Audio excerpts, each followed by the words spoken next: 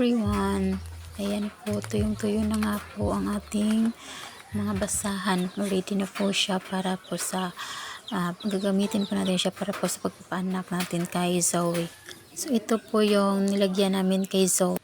Pero ngayon po, inilipat po namin siya sa kabila. Mas malaki kasi doon kaysa dito. Maliit lang po kasi siya dito. Yung sa kabila naman po, malaki. Ayan po siya. Inilipat po namin siya para po dyan na po siya manganak. So tamang-tama naman po yan kasi po napapasok po nalalagay po namin dyan sa loob mismo yung crib. Ayan po yung crib ng magiging biik niya po. So ayan, kasya po yan dyan.